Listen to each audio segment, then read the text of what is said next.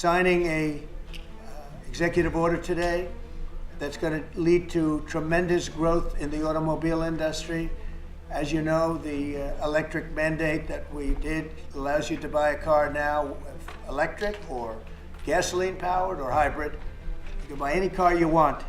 We had it so that within a short period of time you had to buy all electric, and the country could never provide the money. Thank you very much. It's an honor to be with you today. We just celebrated Women's Day at the White House. It was fantastic, attended by a lot of great women. All women are great. So this is the beginning of Liberation Day in America.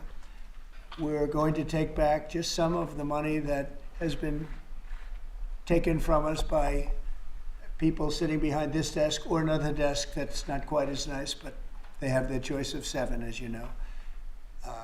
And we're going to charge countries for doing business in our country and taking our jobs, taking our wealth, taking a lot of things that they've been taking over the years. They've taken so much out of our country, friend and foe, and frankly, friend has been oftentimes much worse than foe. And this is very modest. What we're going to be doing is a 25% tariff on all cars that are not made in the United States. If they're made in the United States, there's absolutely no tariff. We start off with a 2.5% base, which is what we were at, and we go to 25%. And basically, as you know, and as you've been seeing, not reporting as accurately as it should be reported because it's a massive story. Business is coming back to the United States so that they don't have to pay tariffs. And I think also because of November 5th, the election, they're very happy.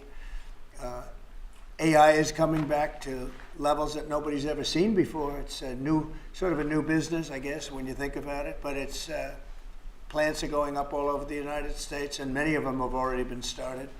We're getting early electricity taken care of. We're getting permits very quickly for them, and we're going to make their life very happy. They're coming in with tens of billions of dollars. Individual plants will cost 10, 15, even $20 billion. We're going to let them build electricity generating plants along with their plant, and they can't even believe it, and we're going to get them very quick permits, as I've done always. I did that in Louisiana with 2 LNG plants. I got them one permit in 1 day after waiting 14 years, and the other one in 1 week after waiting for 12 years. But this is very exciting to me. This is the automobile industry, and this will continue to spur growth like you haven't seen. Before I was elected, we were losing all of our plants. They were being built in Mexico and Canada and other places. Now those plants largely have stopped, and they're moving them to our country. In Indiana, the great state of Indiana, I love Indiana. Honda is building one of the biggest plants anywhere, and they've just started. They wouldn't have done it without this. In all cases, they wouldn't have done it without what we're doing. So we'll effectively be charging a 25% tariff. But if you build your car in the United States, there is no tariff. And what that means is a lot of foreign car companies, a lot of companies are going to be in great shape because they've already built their plant, but their plants are underutilized, so they'll be able to expand them inexpensively and quickly. But others will come into our country and build, and they're already looking for sites. They're looking for mostly sites. They don't want to take the old buildings that are empty and falling down. They want to build new, and there's tremendous action. There is likewise for other companies and countries, like the chip making process. Your chip bill was a disaster done by Biden. All he does is give tremendous amounts of billions of dollars to chip companies that will do nothing with the money. They're not going to use the money here. They're going to just keep it. They have plenty of money. The one thing they have is they have a lot of money.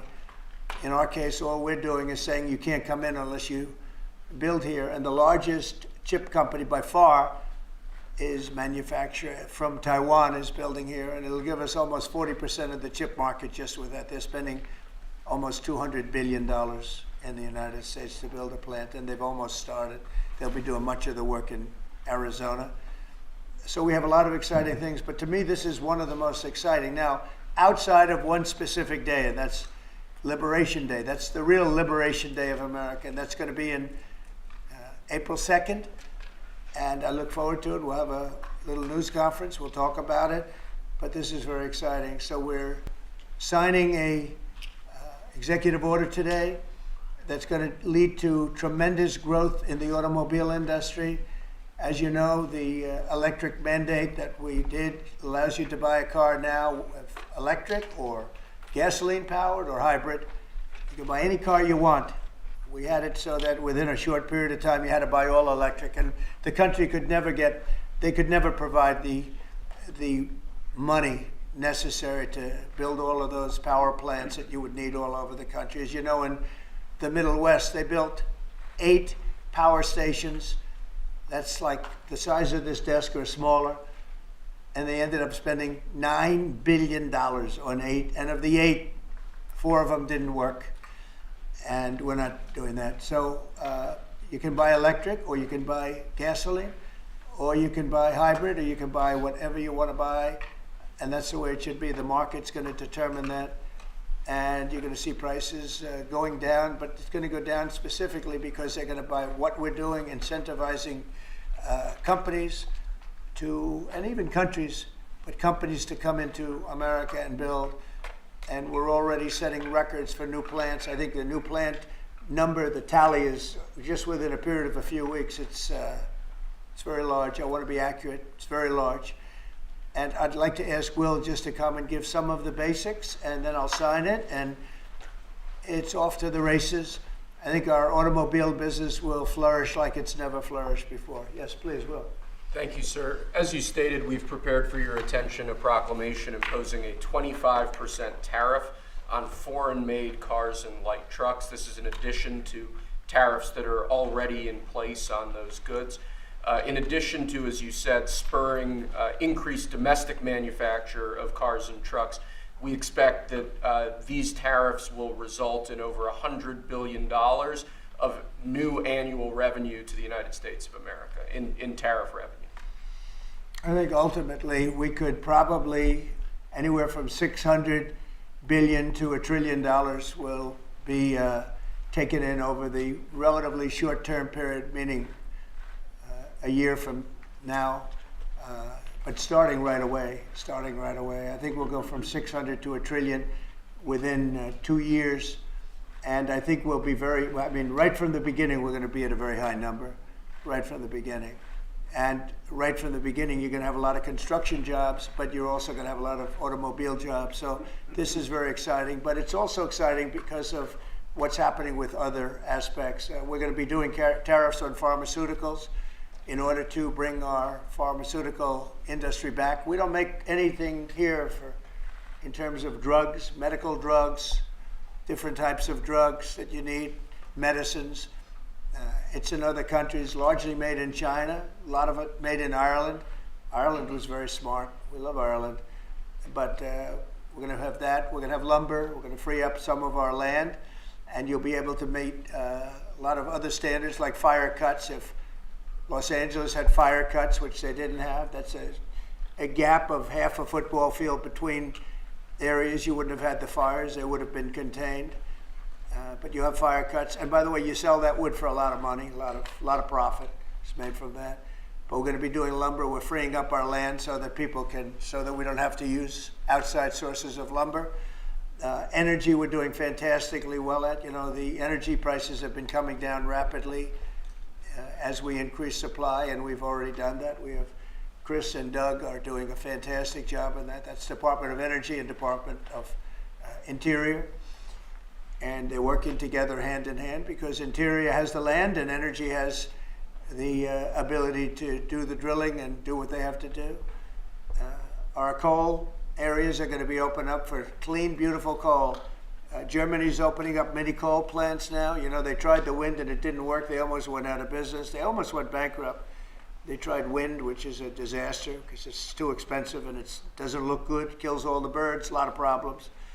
But Germany is now building a lot of coal plants. China is building one a week, think of that. And they're using coal, which is very powerful. Coal is a very powerful energy. And we're opening up our coal mines again, and we're going to do, I call it beautiful, clean coal. The technology is so good now that coal can give you tremendous power at the same time. It can be very clean. but we're also obviously doing oil and gas and various other things. You can do pretty much whatever you want. We don't like the wind because we think it ruins the landscapes, the plains, ruins them, and it's got a lot of problems. It's also by far the most expensive energy. It looks horrible in the oceans. It's dangerous in the oceans in terms of navigation. And if you look at what's happening with whales, in one area, they lost 2 whales, like in 20 years, washed ashore. And this year they had 17 wash ashore. So there's something happened out there. There's something driving the whales a little bit loco, but they lost 2 in 20 years. And now they lost 17 in a short period of time. So it's something wrong out there. So this is very exciting. This is going to lead to the construction of a lot of plants, and in this case, auto plants. And you're going to see numbers like you haven't seen, both in terms of employment. Takes a little while. You're going to have great construction numbers initially, and then ultimately you're going to have a lot of people making a lot of cars. And one other thing, we have the Speaker of the House with us, who's doing a fantastic job. And where's Mike? And we're trying to get approved. Mike, thank you very much for being here. Yes, We're trying to get approved, if we can. If you borrow money to buy a car, you're allowed to deduct interest payments for purposes of income tax, but only if the car is made in America. So if the car is made in America, you get a loan, you can deduct the interest. That's a big saving. A lot of people in that part of the world, in terms of buying cars, a lot of them don't think in terms of deductions. People that think in terms of deductions are very wealthy people, but people are going to start understanding what a good deduction is all about. So when you get a loan to buy a car, and I think it's going to pay for itself. I don't think there's any cost. I think you're going to have so many cars built, but you're only going to get that deduction of interest if the car is made in the United States of America. So I'm going to sign this, and Mike, I hope you can get that, because I think it's going to be amazing in terms of the number of cars that are going to be made because of it. And I want to thank Howard Lutnick, our fabulous commerce chairman. That's what he is. He's a chairman. He's a very successful guy, a great guy. And we have a big day, Howard, coming up next week. Liberation Day. That's Liberation Day. That's going to be on the 2nd, and that's going to be reciprocal. And I think people will be impressed. We're going to be very fair. We're going to be very nice, actually. We have not been treated nicely by other countries, but we're going to be nice. So I think people will be pleasantly surprised, but it's going to make our country very rich, because we're the piggy bank that everybody steals from, and they've been doing it for many years, for decades, so we're not going to let it happen. So, but we're going to treat people very nicely. We're going to treat other countries very, very nicely, and I think it's going to have a very positive effect on everybody, including those other countries. So I'll sign this, and we will see you again on April the 2nd. In terms of this, it's going to be another round, and it's about making America great again, making it strong and prosperous again. Thank you very much. So, So, this Mr. is President, like on on tariffs, the can I ask you about Is tariffs, it Mr. just President? for- On the car tariffs, how do you assure that a car coming into the country is fully built? Could an automaker in Germany say, leave the tires off a car? We're going to have very strong policing, and it's pretty easy to do. If parts are made in America and a car isn't, those parts are not going to be taxed or tariffed. And we'll have very strong policing as far as that's concerned. For the most part, I think it's going to lead cars to be made in one location. Right now, a car would be made here, sent to Canada, sent to Mexico, sent all over the place. It's ridiculous. So this is a very simple system. And the beauty of the 25, it's one number. It's not up or down depending on the cost of the car. It's one number. And that number is going to be used to reduce debt greatly in the United States and to build things, reduce taxes. I mean, basically, I view it as reducing taxes and also reducing debt. And within a fairly short period of time, I think we're going to have a balance sheet that's going to be outstanding. Yeah. How do you assure Americans then that this will not cause a long-term increase in prices? Well, look, I think we're going to have a market the likes of which nobody's ever seen before, not in this country. We had the best market ever in my first term. It was the strongest market ever, the best economy ever. And I think this blows it away. But this is something that people have wanted to do, presidents have wanted to do for a long time. A lot of them didn't understand it. It wasn't a priority for them, but foreign countries understood it very well. And they've really ripped us off at levels that nobody's seen before, but that's not going to happen. Mr. President, is this for today or on April 2nd, the auto tariffs? Say it? Are these auto tariffs going to affect today or on April 2nd? They go into effect on April 2nd. We're signing today. It goes into effect April 2nd. We start collecting on April 3rd. Mr. President, do you have any more sectoral tariffs that are coming in on April 2nd? What does that mean? Any more tariffs on any other sectors on April 2nd, for example, chips or pharmaceuticals? Not then, but we will be putting a tariff on lumber. We, as you know, have a tariff already on steel and on aluminum of 25%, and we're taking in tremendous amounts of dollars. More importantly, our steel factories and aluminum factories are roaring. They're starting to roar. They're building new ones. I just heard from Nucor, which is a big company, a very big steel company, and they're building a massive plant for steel that they wouldn't build without this. So you're going to see things that are going to be actually amazing. And I think you already have. You know, we've had some news conferences where I can't have enough. They want to do news conferences where they announce they're going to spend 20, 30, 40 billion dollars. But Apple, as an example, is spending $500 billion. Okay. So on the signal chat, Senator Roger Wicker. Hold on one second. Yes. Mr. Go ahead. President, reciprocal tariffs next week. Will those be immediately effective April 2nd on all countries, or will you focus on the worst offenders? No, we're going to make it all countries, and we're going to make it very lenient. I think people are going to be very surprised. It'll be, in many cases, less than the tariff that they've been charging us for decades. So I think people are going to be very, very surprised. Why is on that? these auto tariffs, I think they'll be pleasantly surprised. I don't know. I think we're trying to keep it somewhat conservative. and on these auto tariffs, we saw obviously the NASDAQ 100 go down 2% at close, S&P 500 down 1%. What are you Is that concerned today? about the reaction? Today? Yes, sir. I didn't say that. I want to see the jobs. I want to see that'll all take care of itself. That could take care of itself in 1 day, 2 days, or 1 week. Are there any So- conditions under which you'd remove these auto tariffs, sir, or is this permanent for the rest of your term in office? Oh, this is permanent. Yeah, 100%. Yeah. Are you on the auto tariffs? So You're a did traditional Elon Musk architect. advise you at all on these auto tariffs? No, because he may have a conflict, so we don't talk. I've never talked to him. Elon's amazing. He's never asked me for a favor in business whatsoever. I'm actually a little surprised by it. I might do it, I might not do it. I do what's right, and he'd want me to do what's right. No, he's a patriot. He has never, you know, these are big deals we're talking about. This is probably nothing like this. And I've never had Elon come and say, would you do me a favor with the mandate or the electric mandate or anything. He's never asked me for anything. Sir, also, what's your response to Republican lawmakers who have said today that your administration should take more accountability and not downplay what's happened with Signal that we've seen in these messages today? What Well, I is your don't know about response? downplaying. The press upplays it. I think it's all a witch hunt. That's all. I think it's a witch hunt. I wasn't involved with it. I wasn't there, but I can tell you the result is unbelievable because the Houthis are looking to do something. They want to know, how do we stop? How do we stop? Can we have peace? The Houthis want peace because they're getting the hell knocked out of them. And It's you been read very, both- very strong. The Houthis are dying for peace. They don't want this. And they're bad. Look, they were knocking ships out of the ocean. You know, we had in the Suez Canal, they only have about 20% of the ships going through. They have to go through a different way, which takes weeks of travel. And that really affects commerce. But the Houthis have been hit hard and they want to negotiate peace. But I don't think Sir, they're Do Thank you you, still sir. believe there was Sir. nothing Sir. classified that was shared?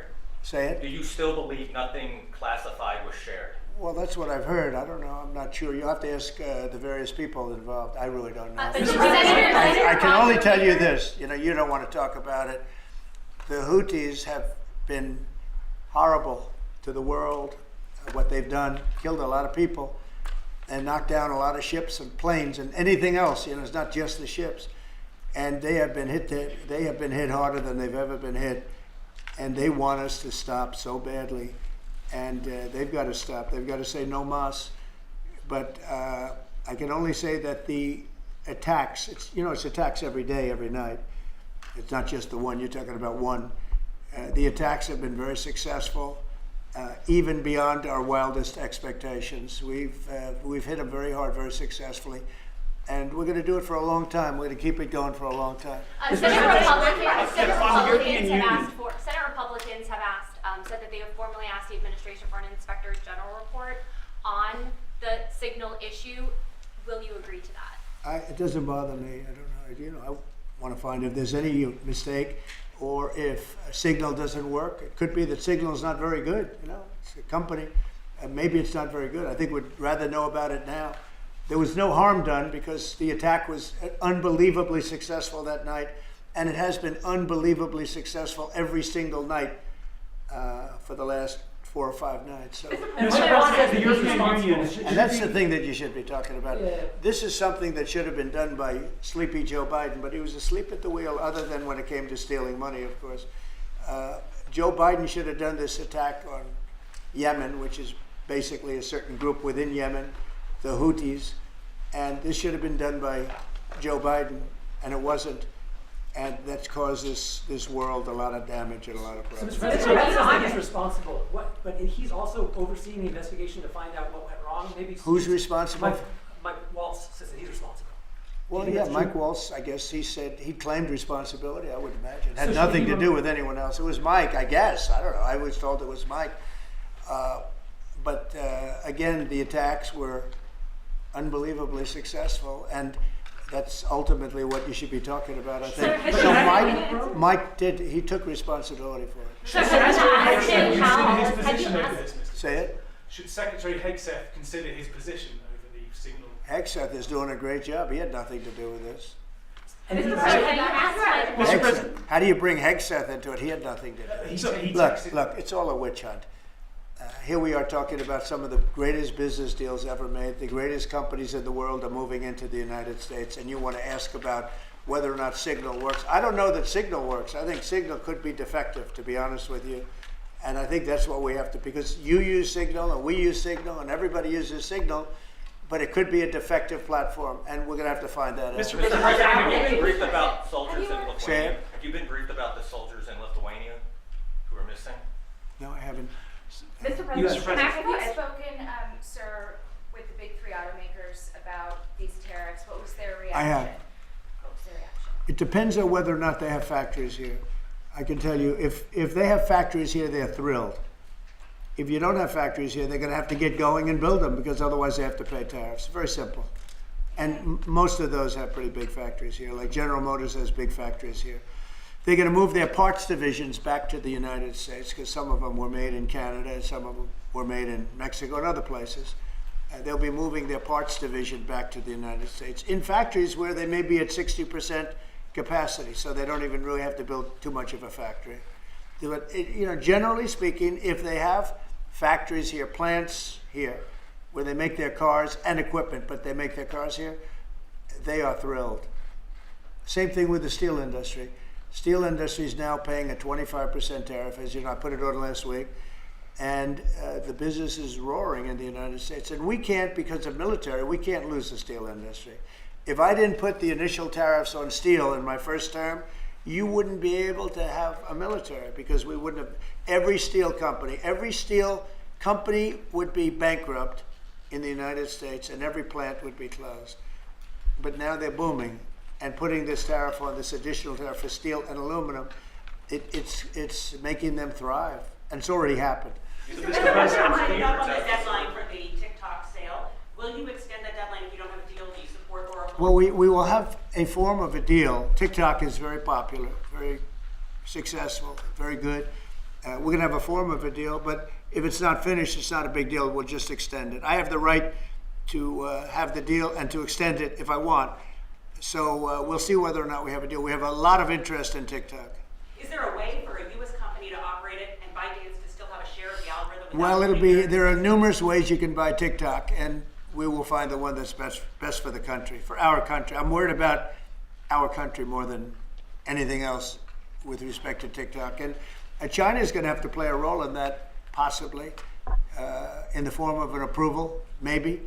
And I think they'll do that. Maybe I'll give them a little reduction in tariffs or something to get it done, because every point in tariff is worth more money than TikTok if you think every point, tariff is a much bigger world, and TikTok is big, but every point in tariffs is worth more than TikTok. So in order to get China to do, maybe I'd give them a reduction in tariffs as an example. Sounds like something I'd do. So, Mr. Tariffs President, are going to be good for Tesla, sir? Good for who? Tesla, which makes its cars in the Well, United he is a fantastic Tesla. Will tariffs be good? I think they may, it could be a net neutral or they may be good. He has a big plant in Texas. He has a big plant in California. And anybody that has plants in the United States, it's going to be good for, in my opinion. Mr. President, the you European said you Union want to has ruled return against. education control to the states. How would you handle it if a state like California were to put in place education policies? You know, I haven't you seen a disagree with? mask in so long. You're wearing a mask. So nice of you. I haven't seen anybody wearing a mask in a long time. It's good.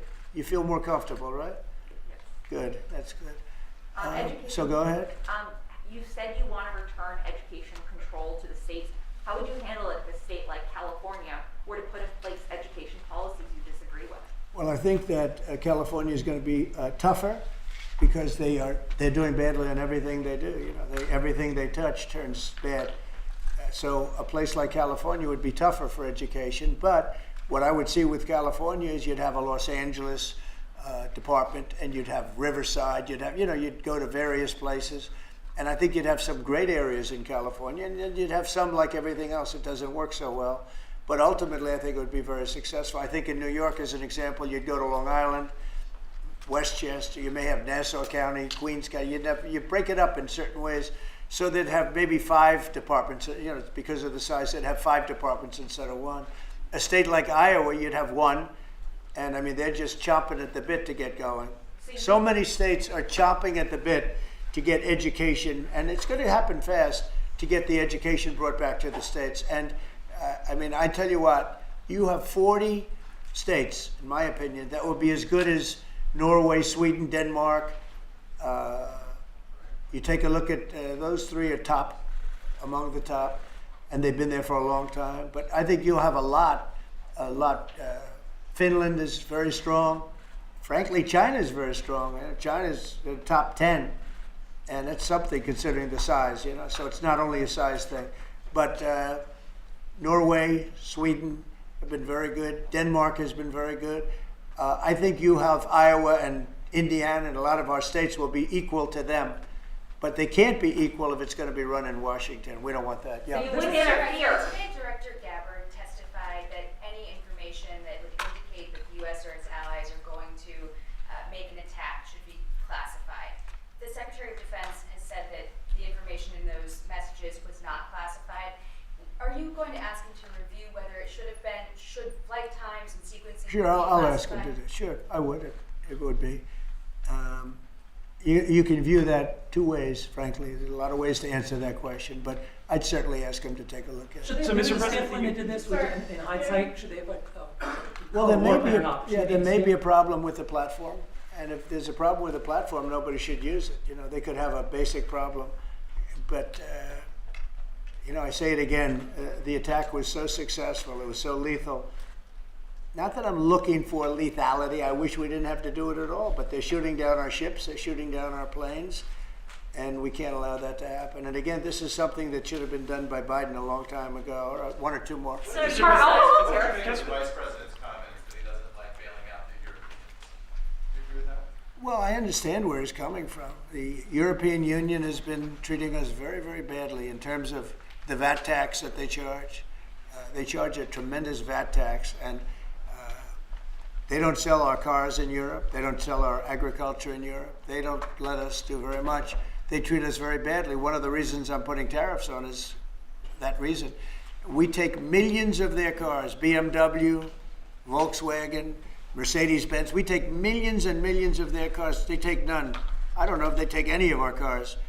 And they have non-monetary tariffs where it's impossible for us to sell a car, almost, in Europe. And so I understand what he's saying. Same thing with NATO. When I got involved, these mostly European countries, as you know, we had 28 at the time, and only 7 were paid. And most of them were not paid. 20 some odd countries were not paid, or they were substantially less than they're supposed to be. And the United States was literally making up the difference in Europe, and it's very unfair. So I understand. I didn't know he made that statement, but if he did, I mean, I'm okay with it. It's I complain about it all the time. The European Union treats us horribly on trade, and NATO has treated now. I raised a lot of money for NATO, hundreds of billions of dollars. You were here last week when the Secretary General said without Trump, there wouldn't be a NATO, because I got them to pay money. It was unfair. The United States was paying 80, 90, 100%, okay? You said you're going to be more lenient than reciprocal next week? I think there'll be, I think if I did to them what they did to us, I think a lot of people would be very unhappy. Yeah, I think it'll be much more lenient. I'm going to be much more lenient with regard to the tariffs that you'll see on April 2nd. I'm going to be much more lenient than they were with us. They were really bad with us. I tell you, they've treated us badly, and the president should have stepped up. They should have stepped up and done something, and they didn't do it. And hence we have 36 trillion in debt. Mr. President, you've criticized Jeffrey Goldberg. Have you asked your national security advisor how he had his phone number in his phone? We have asked a lot of questions, and we're going to try finding all those things out. No, I just know Goldberg is a sleazebag. You know, his magazine's terrible.